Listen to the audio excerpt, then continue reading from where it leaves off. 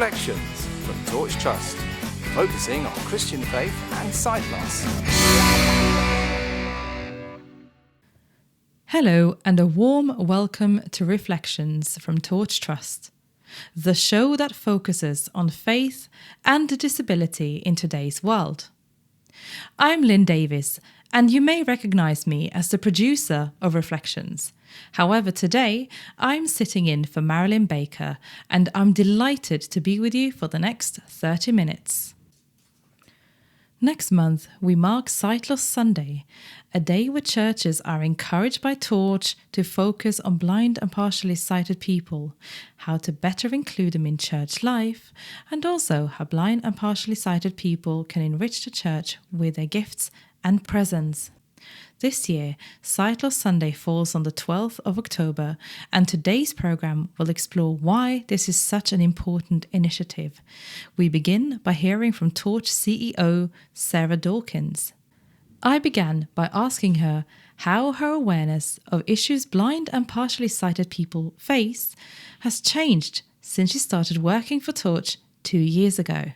I would really like to start by hearing a little bit about your journey as a CEO of Torch, because you came in as somebody who didn't have any experience with blind and partially sighted people. And now we've had conversations where you are talking about, really wanting to advocate for accessibility. So tell me a little bit about how you came from not knowing much to the point where you're at now. Yeah, I can't believe that I've been in post nearly 2 years. It's incredible to just think how quickly time has gone in some ways, but also I can't imagine being anywhere other than Torch now, which I think is probably a good sign that I'm in the right place at the moment. Yeah, I think the more I've seen and worked alongside people who have different sight issues, it's just made me realise how unfair the world that we live in is. So, as you know, Lynn, we get together as staff from time to time and we try and provide overnight accommodation where necessary for people. And sometimes it involves booking into a hotel and just realising that to book into a hotel and for someone who is blind and partially sighted to have access to emergency overnight support if there were something to happen overnight, I have to phone up in order to book that. Now, I don't mind doing that at all, but then you have the costs for calling them and an extra booking cost because you have the convenience of talking to someone on the phone, and yet the online system doesn't work. And I just think that's so unfair. And even talking to some suppliers in the last couple of weeks for some of the slightly more boring things that we need to have to make Torch run, actually just saying, oh, great, will my blind and visually impaired colleagues be able to access this system?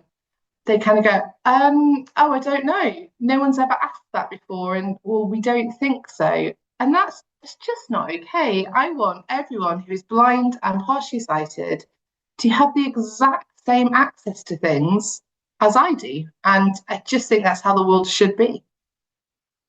I couldn't agree more. And unfortunately, I'm not really surprised that people have no idea whether their products are accessible or not sometimes, because it's just not something that's being highlighted enough.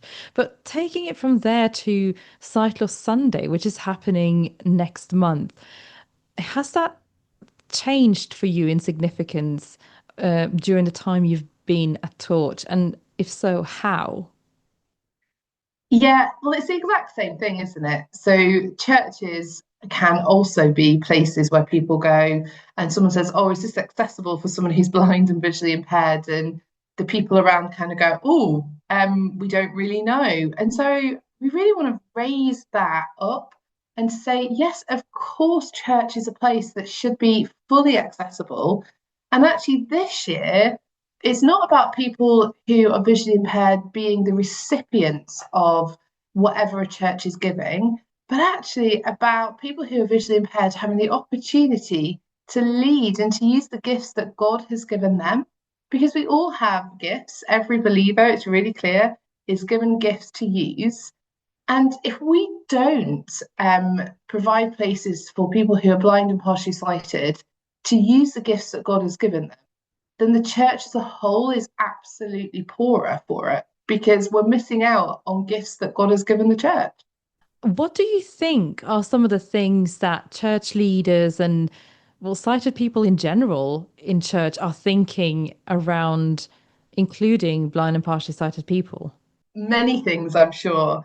I think back to me 2 years ago before I started working at Torch, and just I think it probably at points it would have just felt like it's too much work, and that's a really horrible thing to say because a person is never too much, right? Yeah, that a person is created in God's image. But I think it's the same as in many other spheres of life that when someone isn't like you and someone doesn't do things the way that you do, thinking how you include them and how you train them and build them up becomes a lot harder than when someone is just like you. And I think that's the case in church as well. I think it can just be like, oh, this is a hurdle that I've never come across and I don't know what to do with it. And so actually it's easier not to. And that's exactly where Torch wants to step in and go, we can help. We've gone across this hurdle many times, and we have some brilliant people who work with us and who are volunteers with us, who do lots of things, and they have different sight issues. And yet we can see how God is at work in them. And we believe the church as a whole, the wider church, is better served because they're using their gifts. So thinking about Torch then and the role Torch plays in including blind and partially sighted people in the church, can you think of any examples where this doesn't have to be about Sight Loss Sunday specifically, but in other ways where if someone has received something from Torch or received some any kind of support from Torch, where they've come back and said, this has made such a huge difference in how I'm being included as a Christian person and I'm no longer the blind person on the outside. Yeah, there's so many stories like that. And I think most of the time it just takes somebody to listen, doesn't it? And somebody to go, oh, yeah, that's fine. I know I have some friends that will always say, yeah, that's fine. And then they can be really crazy situations. And I'm like, how are you going to do that? And they're like, we've no idea, but we want to love and include that person, so we'll find a way. And I think it's a mindset thing, isn't it? Partly for us of like, how are we going to do it? But we hear stories at Torch all the time of people who have received the Bible and are suddenly able to read it for themselves. And so maybe they've received it in Braille if they're Braille readers, or audio if they're not able to read Braille. And some of them, even audio listeners of the Bible, are able to do Bible readings in church through audio loops, which is just incredible. And actually, they're blessing their church family by the way in which they read scripture so well. And it's just they're hearing the recording in that ear and speaking it out. It just releases people. And you must have seen this as well, Lynn. There's just real joy when we meet some of our clients that have just had the opportunity to do what they believe God's calling them to do because of a resource or a holiday or something that Torch has given them. And I think the other thing I've learned a lot is that obviously we talk about blind and visually impaired people. Actually, each one of those is an individual who has very different needs. I learned quite early on that if you've met one blind person, you've met one blind person. And so what would work for you would not work for somebody else. And that's okay. But actually to say, how can we help you be part of this here? Or how do we need to change so that you can access? So for people who are partially sighted, really little things like not having massive images behind words on the screen when you're expecting people to read them. That's a huge thing that actually is quite easy to do, but it means a sacrifice on behalf of the sighted people because actually it can be really nice to look at the images and how they work with the words. But it means that we can include people by being sacrificial ourselves, which to me seems like how Jesus does things. Absolutely. And I think that if Jesus was here today in any church in the UK or wherever in the world people are listening to this, then there wouldn't be any question. He would be like, well, you come and do this because you can do this very well. And there would be no question about disability and so on. But are you going to be marking Sight Loss Sunday with your church this year? At this point, I have nothing definite to share on that, but I hope so. I hope we will be able to mark it in some way. I really enjoyed visiting another church that was marking it last year. And again, it's just the openness people have to be able to say, yeah, people are welcome here and we're willing to change how we do things so that these people can come in and be fully part of our community. As mentioned earlier, today we are talking about the importance of Sight Loss Sunday and the many ways churches can grow by becoming more inclusive. Now we'll hear from our Church Partnerships Coordinator, Vicky Bryson, who shares some practical steps both church leaders and blind and partially sighted people can take to ensure greater inclusion and fuller participation in church life so that everyone can use the gifts God has given them. Sightless Sunday is happening in about sort of 5, 6 weeks' time. And Vicky, could you just do a little recap about what Sightless Sunday is? Yeah, so Sight Loss Sunday is a chance for the church to celebrate the gifts of those who are blind and partially sighted, and a chance to celebrate the important roles they have in congregations and in church families. And is Sightless Sunday particularly important for you in particular? Sorry, let me just rephrase that. Yeah. Is Sightless Sunday something that is personally important to you? And if so, why? Yeah, so my husband is partially sighted. He's a partially sighted vicar. Um, and Sight Loss Sunday for us is a great opportunity to celebrate all of the people in churches who are blind and partially sighted, who are doing all kinds of really exciting things. So personally for me, yeah, it's a great chance to celebrate vocation, really, particularly with those who are blind and partially sighted, with my husband as one of the people who definitely inspires me in that. And this is your first year as our church's partnership coordinator. What are you hoping to achieve for this year's Sightless Sunday? Think I would just love to encourage churches to have a look at the resources and give it a go. Perhaps churches that haven't done it before. I'd love to say just have a look at what we've got, have a look at what we're suggesting. We've got some great resources that have been produced this year again, and there are lots of resources from previous years as well. So my hope is that people would have a look and see what is Sight Loss Sunday, and how can we celebrate it in our church in a way that would work for us. We've had themes previously on Sightless Sunday.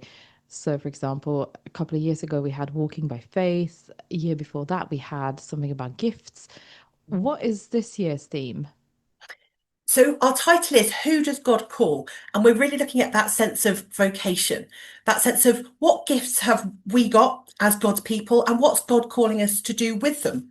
And making sure that we're looking at the gifts of all people and that the fact that there should be no barriers to someone serving in church. Because if they've got gifts that God's given them, we want them to be used to serve God and serve the people. So vocation is our theme for 2025. And do you feel there are barriers currently in church for blind and partially sighted people to serve to the best of their abilities? I think sometimes there can be. Sometimes people won't always realize the barriers are there. So I think sometimes they're very much unconscious barriers of people just not being necessarily considered, or people thinking, oh, this might be a bit tricky for someone. I don't want to ask them in case I upset them. And so the hope is that this is a chance for people to say, well, actually, I can do this. I might do something a bit differently to the way you do it, but I'm perfectly capable of doing lots of different things in church. So hopefully people themselves also saying, well, maybe am I seeing a barrier within myself? Am I saying, oh, I might not want to do this because it might look different, or it might not be something someone else has said I can do, so I don't want to put myself forward. But the hope is that we can encourage people to say, well, what gifts do you have and how can you use them? And then also to sort of get that message out there that there shouldn't be barriers for anyone serving, particularly not those who are blind and partially sighted. I also think that it's easy to forget when you're blind or partially sighted that actually sighted people do things differently from each other as well. And you're a vicar, and I'm sure you've seen lots of different styles of things being done Yeah. in church, even among sighted people. Yeah. Yeah, I think that is really true. And for me, there definitely isn't one model of doing anything. The thing I love about church is when people do things differently, because it inspires me when I see someone preach very differently to the way I do, or do a reading differently to the way I do, or lead musical worship differently to the way I do. For me, that's the breadth of the church. That's the way that we celebrate who each of us are. God hasn't made us as sort of factory people who are all the same. He's given us different ways of doing things, different personalities. And yet, definitely, I see different leaders doing things differently. And that's brilliant. I love it because I believe that's what the church should be. So if someone is blind and partially sighted and would like to serve in their church, how would you recommend that they approach the leadership to make their interest known? Yeah. So I think the first thing with me would be to say, well, these are my gifts and skills, and actually having that open conversation of saying, I want to serve, I want to be involved in this. Here are the gifts and skills I think I have. And potentially, if there are perceived barriers, it could be, and here are the ways I think we could do this. So, for example, if someone wanted to do a reading in church, it might be worth saying, actually, I really feel gifted and called to this by God, and I would use a braille copy to do it, or I would use a voice in my ear to do it. And these are the ways I think it could work. Let's see how we could do this together. So being really open about gifts, and also about the fact that they feel God is calling them to do something, I think is a really great way of starting a conversation. And is there anything you would say to church leaders who might be doubting whether someone could serve? I think as a church leader myself, my message would be, if someone is saying that God is calling them to something, it is a great thing to lean into and a great thing to explore. Obviously, we're praying with them, and we're seeing ways in churches that different people could serve. But if you have any questions or any ways that you'd like to support someone who's come forward, but you're just not sure, get in touch with the sight loss friendly church team at Torch. We would love to be able to give that kind of advice and guidance on ways that things could work if there are any concerns you have. But for me, if someone is coming and saying, I feel God's calling me to get involved in this, I'm always so excited about that. And it's something that I would really encourage church leaders to talk about more, pray into, and see how they can get people involved. So we have loads of resources, as you've mentioned before. Are there any particular incentives for the churches to be using those resources, and also to give us some feedback on those resources? Absolutely. So we would love feedback on the resources that we've got on the website. And we'd also love to hear your stories. If you're doing Sight Loss Sunday on the 12th of October, or even using the material on another day, we'd love to hear those stories as well, so we can encourage the whole church. So this year on the website, along with the new resources, and as well as the existing resources we have on there, we've got a feedback form. And if you're able to fill that in and return that to us by the 28th of November, we're going to have a prize draw, and a church could win something from the Torch shop. So we would love to encourage you to give us your feedback, things that worked, things that you might like to see differently done, and stories of how Sight Loss Sunday has impacted your church. So do get that filled in, and we'd love to hear from you. And it's really all about listening. I've been fortunate enough to be a worship leader for a few years, something which has been possible because I've had really good communication with the leadership in my church. And now it's time for Thought of the Week. Alan Vogt has been reflecting on food labels and what they can teach us about identity. It's read for us by Grace Dawson. A blind friend once said to me, what a blessing having Braille printed on food labels can be. She told me she had previously opened a tin to get cocoa and found it contained gravy browning. Perhaps you have been accidentally deceived in that way. It reminds me of some children who had a playful uncle who once opened a tin labelled dog food, got out a spoon and proceeded to eat it. The children were shocked until one was persuaded to eat some and found it was chocolate rice pudding, and the uncle had simply changed the labels on the tin. I think we are often deceived about spiritual matters. Some people say the Bible is full of fables, or it is dull and irrelevant to daily life. They say that Christian life is just full of do's and don'ts.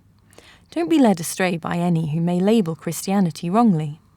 Life has its dazzling array of enticing labels. Drink this, enjoy this drug, or enjoy yourself as much as you like. It all sounds exciting and fun, but often leaves a bitter taste in the mouth. maybe literally. When it comes to dealing with spiritual affairs, the blind and the sighted are on the same level football pitch. We all need what the Apostle Paul wrote to the people of Ephesus in Ephesians chapter 1, verses 18 and 19. I pray that the eyes of your heart may be enlightened, in order that you may know the hope to which he has called you, the riches of his glorious inheritance in his holy people, and his incomparably great power for us who believe. Sometimes we have tried to help our children with their maths homework. It seems such a puzzle to them until at last they are able to unravel the problem. What do they say? Oh, I see it now, meaning the eyes of their understanding have been opened. Spiritual matters may seem a mystery to us when we are influenced by the things of this world. We need to pray the words of the psalmist, "Open my eyes, O Lord." It's true, isn't it? Sometimes labels, whether seen or unseen, can hold people back, even in church, where we should all be encouraged to step into the calling that God has placed on our lives.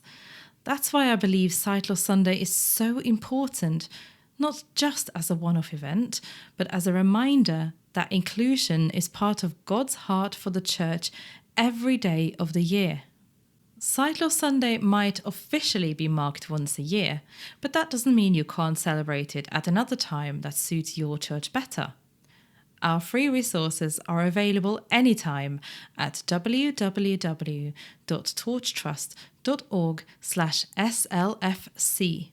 That's SLFC for Sight Loss Friendly Church. And just a reminder, if your church fills out the Sight Loss Sunday feedback form before the 28th of November, you'll be entered into a draw to win an item of your choice from the Torch shop. I'm sorry to say we're out of time for this week, but we will be back next week with more stories and reflections. And don't forget, if you're blind or partially sighted and would like to learn more about any of the services provided by Torch, including the Hopes Project, our new chaplaincy service, the Torch Retreat, our accessible books and resources, or our groups, our client services team will be very happy to speak with you. The number to call for information and for song requests is 01858 438 260. That is 01858 438 260. Or you can email info@torchtrust.org. You can also find us on social media. Just search for Torch Trust on Facebook, Twitter, Instagram or YouTube. We hope you've enjoyed this episode of Reflections. And until next week, from me, Lynn Davies, and the rest of the Reflections team, goodbye and God bless. You've been listening to Reflections from Torch Trust.